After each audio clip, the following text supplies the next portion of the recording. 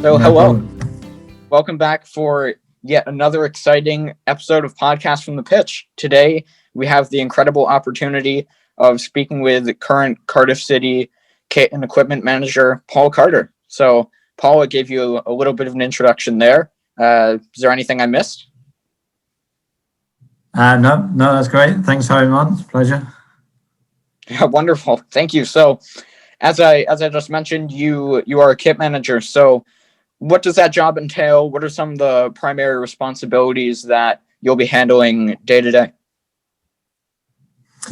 Yeah, I mean the role itself has expanded a lot over the last few years, to be honest. But a brief outlay of the role really is, goes without saying, it's managing the kit and equipment. So basically, myself and my team take responsibility for everything that the players or staff need to be able to perform on and off the pitch, really. So we provide training kit daily for all the players and staff, everything that they could possibly need, really, to be able to perform on the pitch.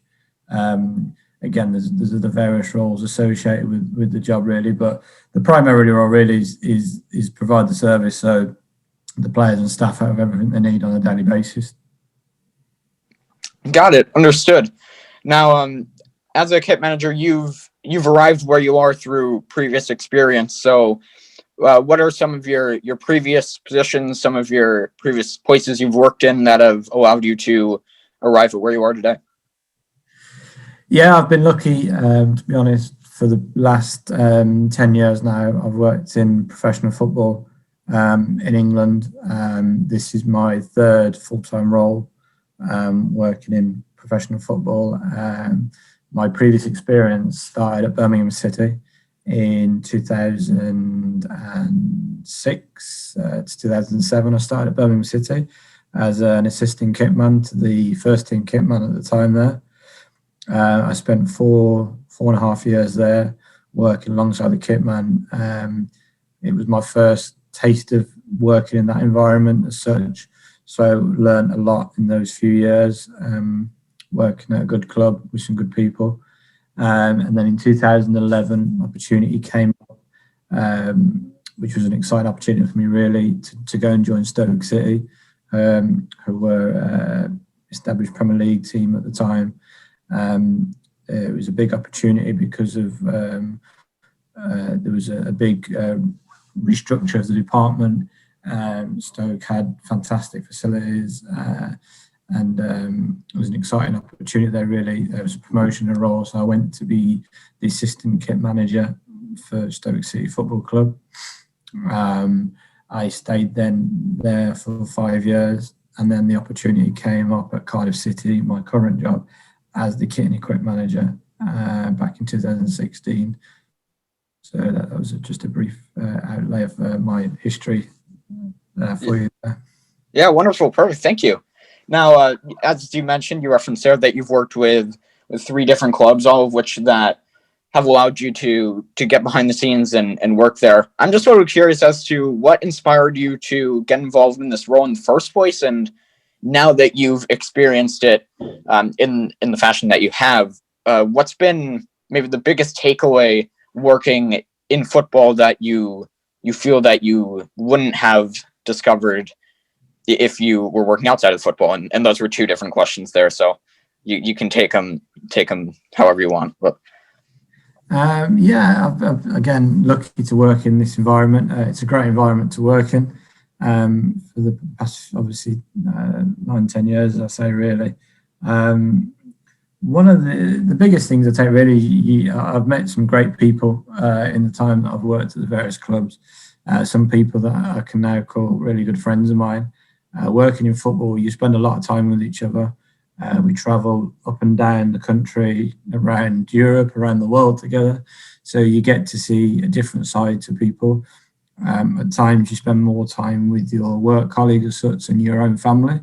The job can be quite demanding on your commitment and time at times, but equally you develop some great friendships and also get to experience some great things with those people. And when you spend 9-10 months more or less every day together, when something successful comes at the end of it, it's great to be able to share those memories with people that you've obviously became close to over that period of time, and see the success.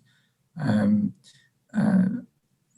I say, the one thing that you do see is that you see the person side of people that some people don't see on TV, for footballers potentially and staff.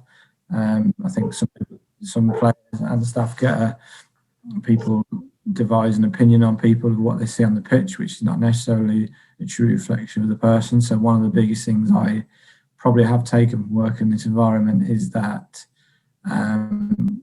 just because someone has a certain persona on the pitch doesn't necessarily mean that's who they are as a person. I've experienced that firsthand, that everybody's a human being, and not necessarily how they are on the pitch is not how they are off the pitch.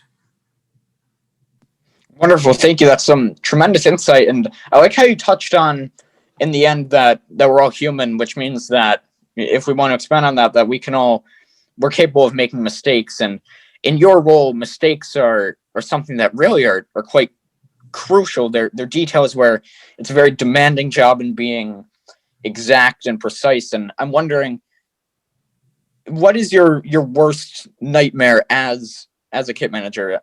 I'm assuming it would be something, mishandling some of the equipment, something of the sort.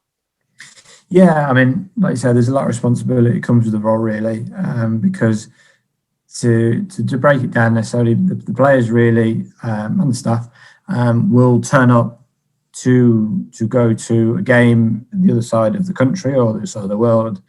They will literally bring an overnight bag with an iPad, phone charger, and a wash bag. Everything else is provided. Kit and equipment is provided myself, and then medical and sports science departments provide everything else. So really, the players turn up, and our role as backroom staff is to ensure that everything is there that needs to be there. So again, like you say, there's a lot of responsibility that comes with that. As I say, it's developed more and more over the years. We take more and more stuff, so the chance of obviously something being forgotten is quite high. I mean, personally, I have a lot of checklists and a routine that I go through to prepare for a game. Checked, double checked, and triple checked. But as I said previously, we are human, and everybody makes mistakes. It's just trying to limit the mistake to how much damage it can have, really, if I'm being honest. So by trying to be as prepared as we can, try and cover. I think that one of the biggest things I took from my role really is need to be prepared for every eventuality, because we never know what's going to happen. So it's just trying to be as prepared as we can, that if for some reason something is forgotten, we have an alternative or a solution. Not always possible, obviously. Again, we are humans, some mistakes do happen. I mean, the worst nightmare for myself really would be forgetting. I mean, to be honest, every item that we kind of take really is important to an individual. So I could say, if forgetting the shirts would be a major one of the biggest nightmares. But to be honest, forgetting a player's special Under Armour or a special pair of socks that he wears equally would be as damaging to the player as forgetting his shirt. It's just to be a lot more noticeable. Obviously, if his shirt was forgotten, something that something minor really, but players are superstitious and have routines, and if those are broken, obviously it can affect them. So to be honest, even the worst nightmare would be forgetting anything really that meant the player couldn't prepare properly for the game. So again, like I said, there's always that chance, but it's just trying to cover every eventuality. So if something is mislaid or forgotten, we have a solution. Right, and I'm glad you responded in the fashion that you did. You covered things that I wouldn't have even thought of, and especially the superstitions, something that aren't always considered. And I'm not going to ask you to reveal a certain player's superstition, so like that, I respect that. But have you come across certain players who, it's gone across your mind, this superstition is a bit strange? It's out of the ordinary. I wouldn't necessarily strange, to be honest. I've heard stories from various, obviously, like in all industries and all business, and business really, people talk, Kitman talk. We compare stories, we compare how we do things to learn. I think there's always a space to learn really. So it's good to communicate with our opposite numbers as such. We have a good relationship with all the kitmen. When we go to each other's grounds, we look after each other. We have a quick chat, bite to eat if we can, if we have time, and just have a general catch up really. So I have heard stories of some strange routines. Personally, I haven't experienced too many, but because I've worked in this environment for a while, something that would seem normal to me might not seem normal to somebody else. For instance, I mean, some players put one boot on into the other first. We have players that I suppose some might call this a bit strange. I had a player that had to touch every single door handle in the room before he left the pitch. Really? Yeah. Wow. All right. Little things like making a phone call before they go out as well. Obviously, when phones are allowed to be used. Everyone has a certain routine of what they follow, really. Some are more thorough than others. Some players can just turn up, put their kit on and go out to warm up. Other players need to follow a rigorous routine, really. So the general superstitions of putting their shirt on last, putting the left boot on before their right boot. Again, probably the strange one would be touching every door handle before he left the changing room would constitute as being quite strange. But yeah, every player is different of how they prepare really, and like you said, we see all different things really. But the thing we kind of take from it is if it helps them and it gets them in the right frame of mind, we're happy to facilitate whatever we can. Understood. Well, thanks for sharing. And you did reference earlier on there that it's the sharing of stories, things like that. And if you wouldn't mind, I do love to listen to stories. It's always something interesting. So if there's a moment from your time working in football, just it could be a team triumph, a personal, job acquisition for you, whatever. Just if there's something that stands out in your time working in football, what do you think it is? If you wouldn't mind expanding on that. Yeah, I mean, as I said, you do. I have been lucky, really. I've had some great moments and memories in football that will stay with me for a long time. Really, I've probably, if I break it down, I mean, again, there's been plenty of games and things that have happened that have been significant. But I would say at the moment, I've probably got one from each club that sticks with me in the most, really, that I've been at. My first one would be at Birmingham City, which was the club that I grew up as a child watching. They were the team that I supported, so to work for them was a great honour for me as well. I followed them as a kid, and then I managed to work for the team and went behind the scenes. And I was lucky enough in my second season at Birmingham City, we got to the final of the Carling Cup final and actually beat Arsenal. That dramatic goal at the end. Yes, the dramatic last-minute winner from Overflow Martins, which was an unbelievable moment. I was still quite young at the time. I was only 18 when that happened, and to be on the pitch at Wembley, lifting the trophy with the team, doing it on the pitch was an amazing memory. I had, as you can imagine, growing up in the area, I had loads of friends and family who were in the stadium. And again, one of the biggest highlights from that I would take from that was when I was walking around the pitch and I was actually given the trophy to lift up. I managed to spot my dad and brother in the stand. To be able to share that moment with them, me being on the pitch with my boyhood team lifting a trophy, and it's been a long time since Birmingham won a Birmingham Cup. So to be part of that success was, and then to be able to, in a 90,000 seat stadium, be able to spot my dad and brother and share that moment with them was a proud moment at Birmingham. Unfortunately, it didn't follow with such much success because we also got relegated that year, which was a huge blow, really. But it's still the first time Birmingham anything, and to beat a team as good as Arsenal were. Was a huge proud moment, really. So that's one that sticks with me at Birmingham. Luckily, when I went to Stoke,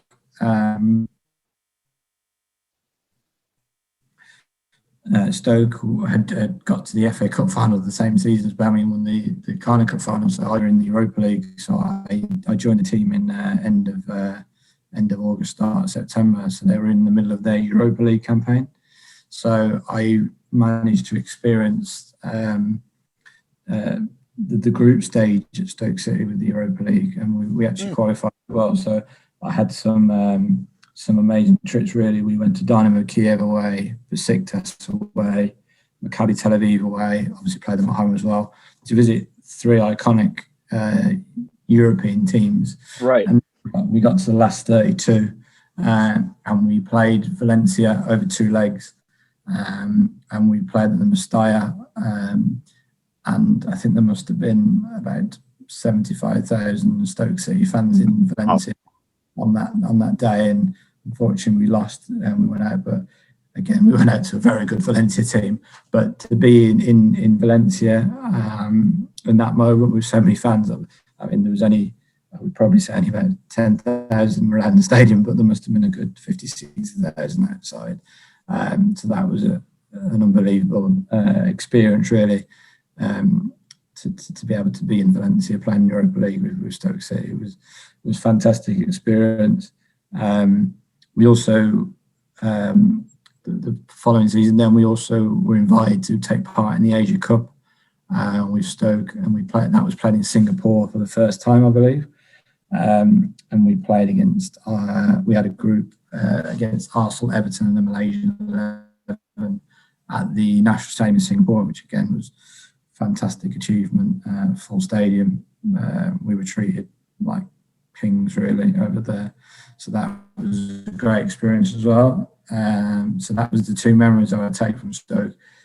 And then finally, most recently, in my second season at Cardiff, we managed to get automatic promotion from the Championship to the Premier League, which was a fantastic achievement.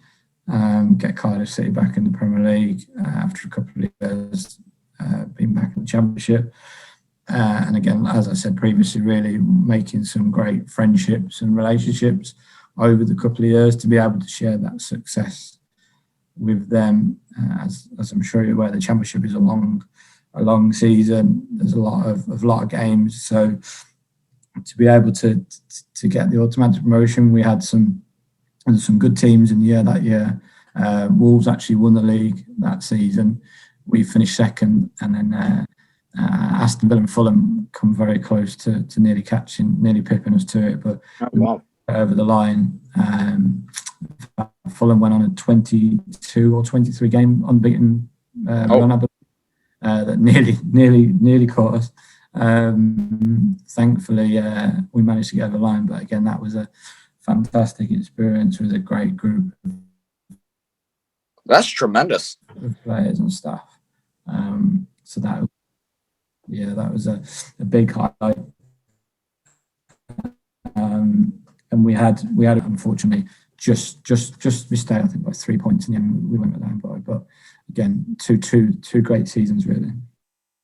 Wow, that's wonderful. Thank you for telling me that, and especially with Cardiff there, not only was it an impressive feat in earning automatic promotion, but with some of the stats you listed there, Fulham's long unbeaten run and some of the talent that was present there that's now existing in the Premier League and the Championship, it makes it even more impressive. I mean, obviously, like I said, Wolves had a very good team. Obviously, still in the Premier League from that season. They were the best team, I must admit, in the league that season. But again, the playoff final of that season actually was Aston Villa and Fulham.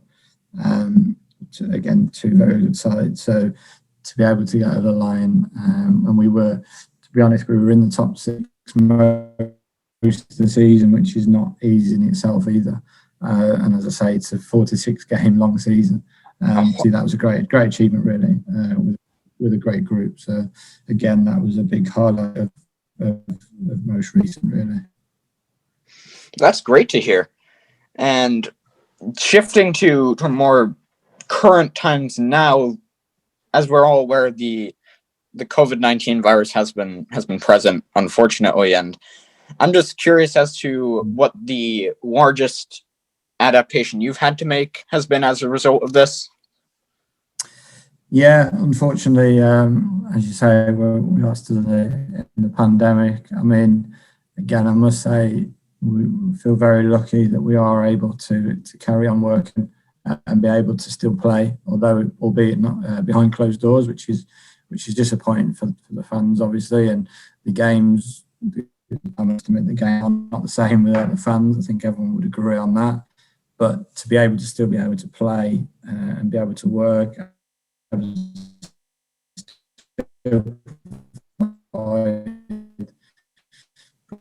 provide the games for the TV. And I think I've changed a lot, to be honest, in the last over the last year. I mean, we're kind of quite used to it now because we've been doing it for quite a while. But I mean, a lot of things have changed, really. I mean, for example, currently now the players are not allowed to get changed at the training ground. They have to wear their kit to train every day. They're not allowed in the building, or apart from like essential treatment, really. So that's one of the biggest changes, really. Is, and we've got some strict protocols that we follow to keep everybody safe, keep all the players and staff safe, and everyone's family, because everyone is obviously every day goes home to their families. So we don't want to put them at risk. We're very lucky that we're COVID tested frequently. As a club, we've got some strict protocols that we follow, which we follow very thoroughly. We've been very good. There's lots of little things really that we have to follow to keep everybody safe. We social distance at all times, of course. We wear masks when we travel. We travel on two coaches, 2 or 3 coaches, which is pretty normal for everybody now. It's a shame, really. We're not allowed to be all in the same change room, really. So we kind of lose that. Everyone's the same, really. We're kind of losing that team togetherness because we're not allowed to be together for long periods of time, obviously. So players are split over 3, 4, 5 rooms where possible, because we need to keep the numbers down to keep everybody safe and to stop the transmission, obviously, if there was one. So one of the biggest adaptations, really, going back to your question, is I would say for the players, they have to take their training kit home every day and they wear it in. And then when we play games, we have to split over 2 to 3 rooms, depending on the size. It's been a good experience when we've been going to away stadiums, because every stadium is different to how much space they've got and they can allocate you. So we've had all sorts of different rooms. We've been in not very many change rooms, unfortunately, which from my point of view is not the same hanging the shirts on the back of a chair. We've been in bars, we've been in boardrooms, lounges, concourses, marquees, tents. So yeah, every ground's been different, which has been enjoyable. Seeing the different ways, but I must admit the players have been very good, and we've adapted to every scenario we've come across, really. So yeah, that would be the biggest adaptations, really. Is we obviously have some strict protocols we have to follow. And again, it's like I say, we're preparing for Championship and Premier League games in different circumstances, but at the same time, we all understand that we're very lucky to be in the position that we're in, that we're able to carry on and be able to play games, because although the fans can't be in the stadium, at least there's some entertainment provided at home for them.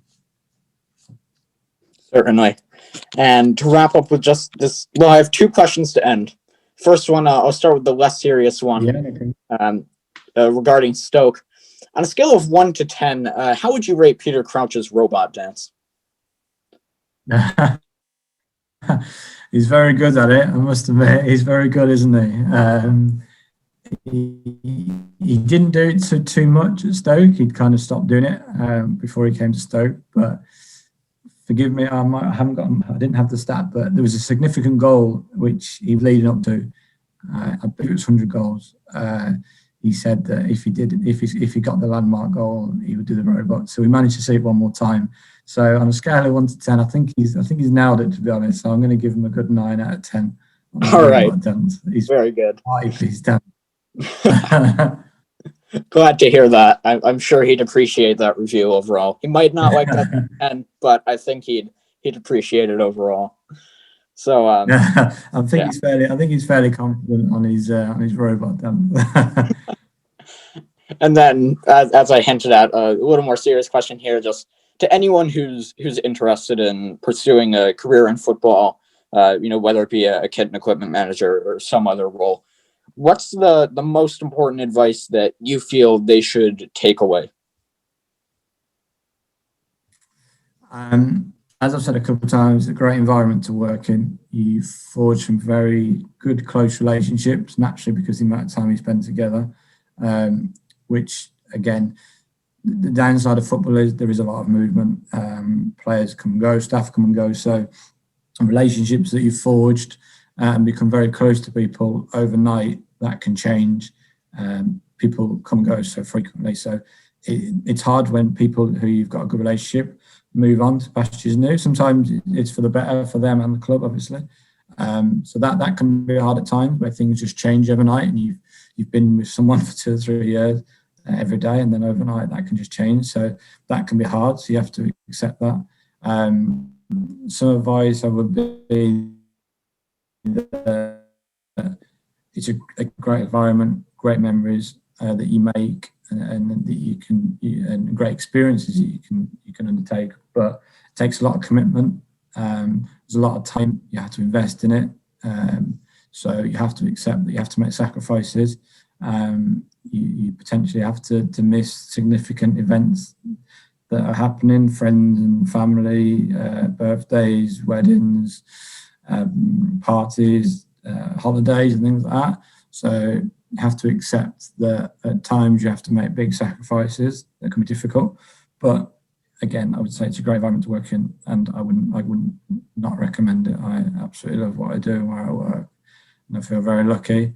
For anybody interested in getting into football, or sport in general, I would say the first stage, I would volunteer for your local team, get used to the environment, and just learn as much as you can, really, and just get in touch with people at different clubs. Say, can you come and help out? Can you be a volunteer? And then take it from there, really. But as I say, it's a great environment. Thank you so much. Would disagree with me, but I would say one thing to bear in mind is there's a big commitment. Well, thank you so much, Paul. I could talk to you about this all day, but you've been very generous with your time, and I've really appreciated this conversation. Unfortunately, I have to get going, but it's been a pleasure chatting with you. You've been really thorough with your answers, and it's been an enjoyable conversation. So, again, no, it's been brilliant. It's been great to relive some of those some of those memories. So, thank you very much for having me on. It's a pleasure, and as I say, anytime if you'd like to speak again. Yeah, wonderful. Thank you. And one last question, actually. Do you have a favorite kit which you've worked with? Oh, big question. I wouldn't say a favourite one, to be honest. I mean, I would obviously say, being a Birmingham fan, in it being its mostly successful year, I would say the Birmingham kit. Got it. We won the Carling Cup in would probably be the one that I would pinpoint. But I've been lucky to work with some good brands and had some good kits over the years. So, not to be too boring with the answer, but I'm going to go with the Birmingham. Not at all. 11. Well, wonderful. Again, thank you so much. It's been a pleasure, and have a great day. Stay safe as well. No problem. And to you. Thanks very much. Yeah, thank you. Thank you. Bye.